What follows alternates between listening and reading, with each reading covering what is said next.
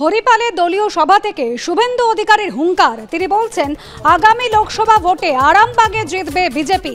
1,30,000 ভোটে জিতে আরামবাগ সিট মোদিজিকে উপহার দেব। হরিপালে দলীয় সভা থেকে এমনই দাবি করেছেন বিরোধী দলনেতা শুভেন্দু অধিকারী। 2019 নির্বাচনে 1000-এর সামান্য বেশি ভোটে জয়ী হয়েছিল তৃণমূল কংগ্রেস, আর এবার হবে উলটপুরাণ, বলছেন শুভেন্দু অধিকারী।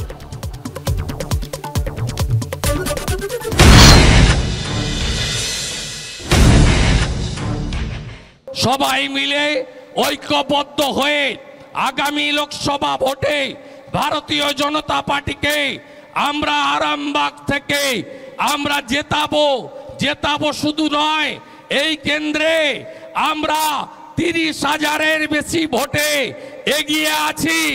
আগামী লোকসভাতে 1,30,000 ভোটে আরামবাগ কেন্দ্র নরেন্দ্র মোদীকে দেব, এই শপথ হরিপাল আজকে নিচ্ছে।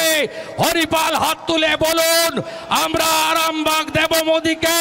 মোদী মোদী মোদী মোদী মোদীজিকে দিতে হবে আরামবাগ, সাথে সাথে চোর মুক্ত বাংলা গড়তে হবে।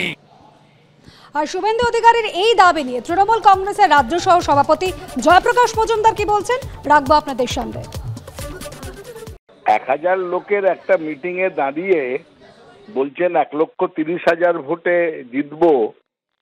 এটার জন্য আর যাই হোক না কেন, মানুষ সাধুবাদও দেবে না, তাকে স্বীকৃতিও দেবে না, শুধু বলবে সাহস তো কম নয়, এটাকে দুঃসাহস বলে। এবং এইরকম অনেক কথা বলেছিলেন, আগলাবাদ 200 পার তো বলা হয়েছিল, তো সেটার উত্তর দিন। আর একটাও নির্বাচন জিততে পারেননি কেন? 2021-এ হারলেন, 77-এ আটকে গেল, এবং পরবর্তী ক্ষেত্রে সেই 77 নিজেই বলেছেন এখন 67, সঙ্গে থাকে 57 কি 47 বিধায়ক। সব বিধায়করা তাকে ছেড়ে তৃণমূলের রাস্তায় হাঁটছেন কেন? আর প্রত্যেকটা উপনির্বাচন কেন হেরেছেন, সেইগুলো একটু চিন্তা করে মানুষকে বলুন না। প্রয়াত অভিনেত্রী শ্রীলা মজুমদার ক্যান্সারে আক্রান্ত ছিলেন তিনি। শনিবার দুপুর 2:15 নাগাদ নিজের বাড়িতেই প্রয়াত হন তিনি। কেওড়াতলা মহাশ্মশানে তাঁর শেষকৃত্য সম্পন্ন হবে। অতসী মুখোপাধ্যায় আমাদের প্রতিনিধি আমাদের সঙ্গে এই মুহূর্তে টেলিফোন লাইনে রয়েছে। অতসী, আমরা জানি যে বাংলার পাশাপাশি হিন্দি ছবিতেও তার অভিনয়ের প্রতিভার পরিচয় আমরা পেয়েছি। আজ তার শেষকৃত্য সম্পন্ন হবে। একেবারেই দেখো দেবস্মিতা, যেরকম জানা যাচ্ছে যে দীর্ঘ 3 থেকে 3.5 বছর তিনি ক্যান্সারে আক্রান্ত ছিলেন, এবং এই ক্যান্সার নিয়ে কিন্তু তিনি দীর্ঘ সিনেমা করেছেন। ঋতুপর্ণা সেনগুপ্তের সঙ্গে তিনি একাধিক সিনেমা করেছেন, এবং তারই সঙ্গে বলা যায় যে আজকে ঋতুপর্ণা সেনগুপ্ত তার বাড়িতে উপস্থিত ছিলেন এবং তিনি কান্নায় ভেঙে পড়েছেন। এবং এই মারণ রোগকে জয় করেও কিন্তু তিনি এগিয়ে যাচ্ছিলেন।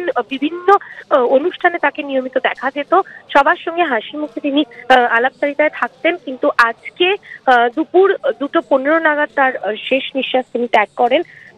বহু সিনেমা করেছেন, স্বর্ণযুগের জনপ্রিয় এই অভিনেত্রী বহু সিনেমা করেছেন, এবং একাধিক সিনেমায় তিনি হিট সিনেমা দর্শকদের উপহার দিয়েছেন বলাই যায়। এবং যেরকম জানা যাচ্ছে যে এই ক্যান্সারের কারণেই তার আজকে নিজের বাড়িতেই তিনি প্রয়াত হন, এবং কেওড়াতলা মহাশ্মশানে তার শেষকৃত্য সম্পন্ন হবে আর কিছুক্ষণ পরে। ধন্যবাদ অতসী।